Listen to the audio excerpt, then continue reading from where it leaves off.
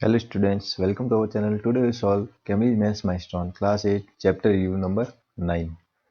Chapter review के जो solutions करने वाले हैं इस पार्ट में होंगे MCQ क्वेश्चंस यानी क्वेश्चन नंबर 1 to 10. तो स्टार्ट करते हैं MCQ क्वेश्चन चैप्टर रिव्यू 9 के क्वेश्चन नंबर 1 से.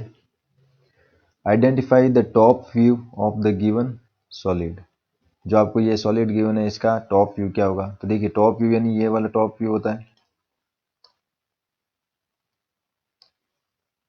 ये टॉप व्यू होगा ऊपर वाला. तो टॉप व्यू में आपको क्या दिख रहे हैं, पहले तो 2, देखिए स्क्वायर और ये स्क्वायर, फिर बीच में भी एक स्क्वायर, साइड में ये स्क्वायर और ये स्क्वायर. तो ये शेप दिख रहा है आपको टॉप से, ठीक है. तो ऊपर वाले के लिए बी ऑप्शन अपना टॉप व्यू क्या हो जाएगा, बी ऑप्शन करेक्ट. नेक्स्ट देखिए क्वेश्चन सेकेंड. क्वेश्चन सेकेंड में the top view, front view and side view of the solids are given. देखिए top view, front view, side view given है. ये हो गया टॉप व्यू. तो यहाँ पे टॉप व्यू कौन सा दिख रहा है, कौन से शेप में आपको टॉप व्यू ऐसा दिख रहा है, front view and side view. तो देखिए यहाँ पर 3 बॉक्स आ रहे हैं, लेकिन यहाँ पर ऑलरेडी ये देखिए 2 बॉक्स आ रहे हैं यहाँ पर साइड व्यू में भी, और फ्रंट व्यू में भी 2 स्क्वायर आ रहे हैं. तो यानी फ्रंट व्यू या साइड व्यू में 2 स्क्वायर होने चाहिए, लेकिन यहाँ पे देखिए फ्रंट व्यू में कितने स्क्वायर है, 3. तो ये तो अपना होगा ही नहीं. इसमें भी देखिए जो फ्रंट व्यू है यहाँ पर 3 दिख रहे हैं, तो ये भी नहीं होगा.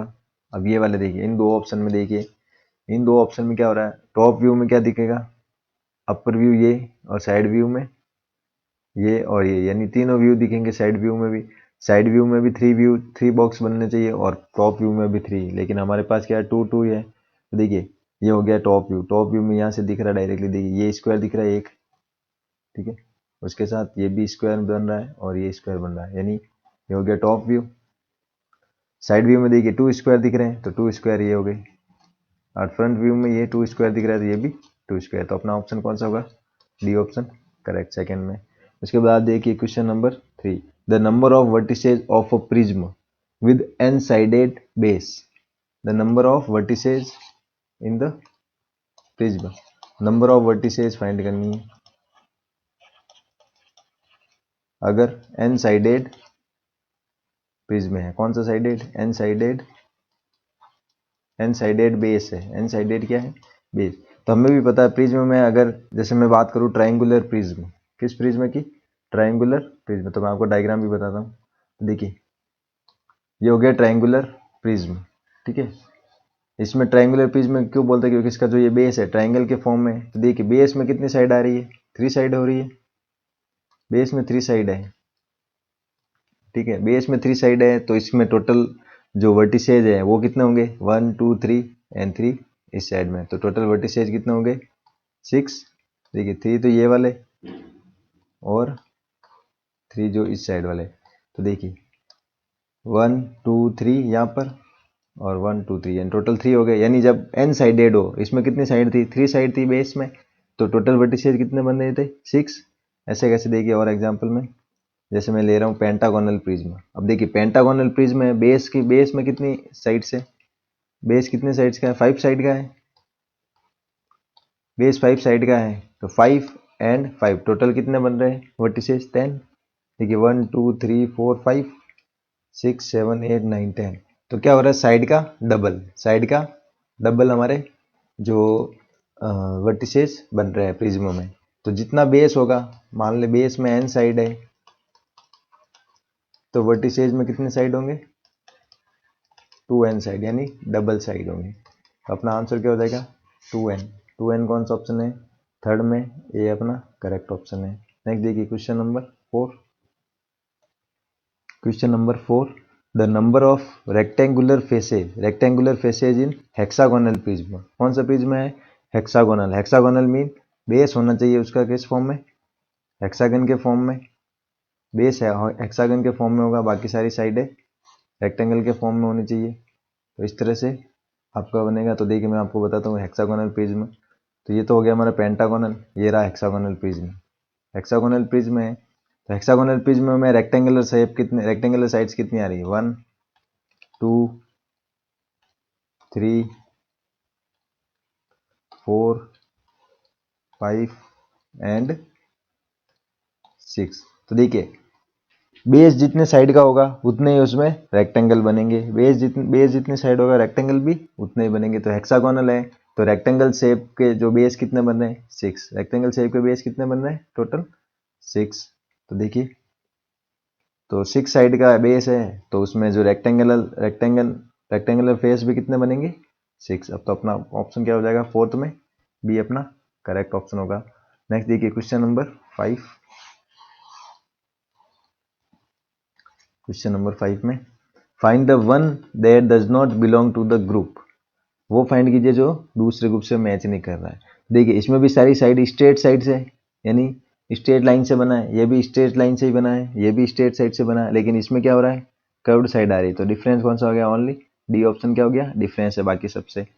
इसके बाद देखिए question number 6 the number of edges of pentagonal pyramid. Pentagonal और साथ में क्या आ रहा पिरामिड। तो पेंटागोनल वर्ड आ गया, इट मीन्स जो बेस होगा वो पेंटागन के शेप में होगा, जो बेस होगा पेंटागन के शेप में होगा, ये रहा पेंटागन के शेप में। और बाकी जो सारी साइड्स है वो किस फॉर्म में होगी ट्रायंगल के फॉर्म में। तो इन सबको मैं अटैच कर रहा हूँ ऐसे,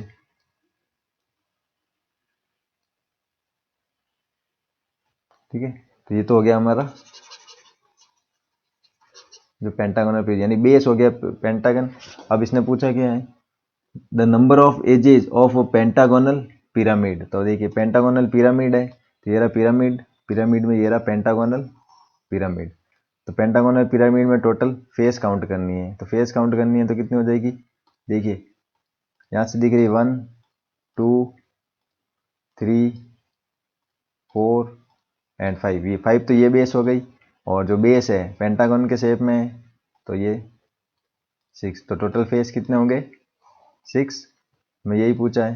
तो देखिए द नंबर ऑफ एजेज पूछा है, एजेज ऑफ पेंटागोनल पिरामिड। तो एजेज काउंट करेंगे, देखना एज काउंट करनी है। तो देखिए एज के लिए देखिए 1 2 3 4 5, 5 तो एज हो गई बेस के लिए, 5 एज हो गई बेस। उसके बाद देखिए 6 7 8 9 10। तो टोटल एज कितने हो गए इसमें देखिए एज काउंट करिए, आपको डायरेक्टली दिख रहा है ऐसे नहीं दिख रहा है, ऐसे देखिए एजेस काउंट कीजिए 1 2 3 4 5 एज ये हो गई। उसके बाद 6 7 8 9 और 10। तो टोटल एज कितने हो गई पेंटागोनल प्रिज्म में पेंटागोनल पिरामिड में 10। तो ये हो गई total edges. So total edges हो गई 6 में, ये ऑप्शन अपना करेक्ट, टोटल एजेज हो जाएगी 10। नेक्स्ट देखिए क्वेश्चन नंबर 7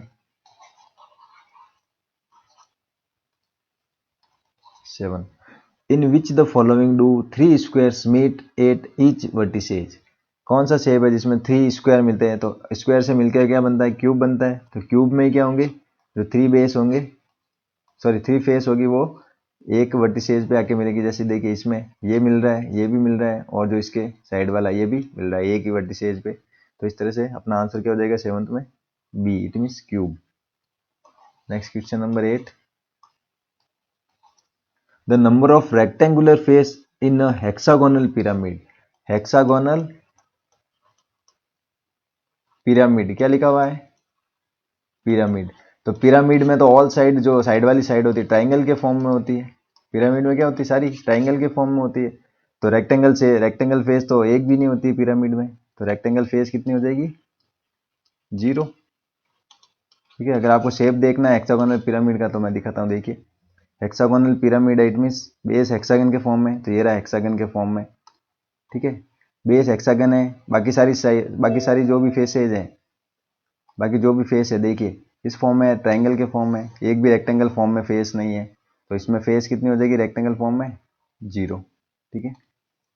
तो अपना आंसर हो जाएगा 8th में बी ऑप्शन अपना करेक्ट आंसर होगा। क्वेश्चन नंबर 9 में देखिए the given figure is an example of. तो ये देखिए हमें डायग्राम गिवन है, इसमें देखिए सारी साइड्स क्या है सारी साइड्स इक्वल है, सारी साइड इक्वल है। तो जिसमें सारी साइड इक्वल होती है और क्लोज शेप भी है और जो पेंटागन से मिलके बना है, ठीक है। पेंटागन से मिलके बना यानी एक पॉलीहेड्रन है। तो 9th में सी हो जाएगा रेगुलर पॉलीहेड्रन क्योंकि सारी साइड्स क्या इक्वल है।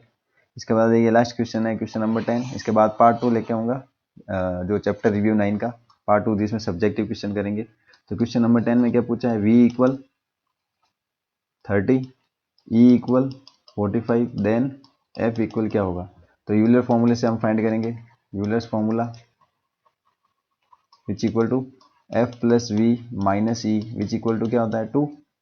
सो f की वैल्यू कितनी है, f की वैल्यू हमें फाइंड करनी है, प्लस v की वैल्यू 30 माइनस e की वैल्यू हमारे पास 45 हो जाएगी which equal to 2। So f 30 minus 45 minus का 15 which equal to 2। So f equal 15 plus 2 हो जाएगा, ये माइनस का 15 इक्वल का इधर जाएगा तो प्लस हो जाएगा, तो f की वैल्यू हो जाएगी 17, यानी फेस एज कितने हो जाएंगे 17। तो 10th में हो जाएगा ए ऑप्शन करें।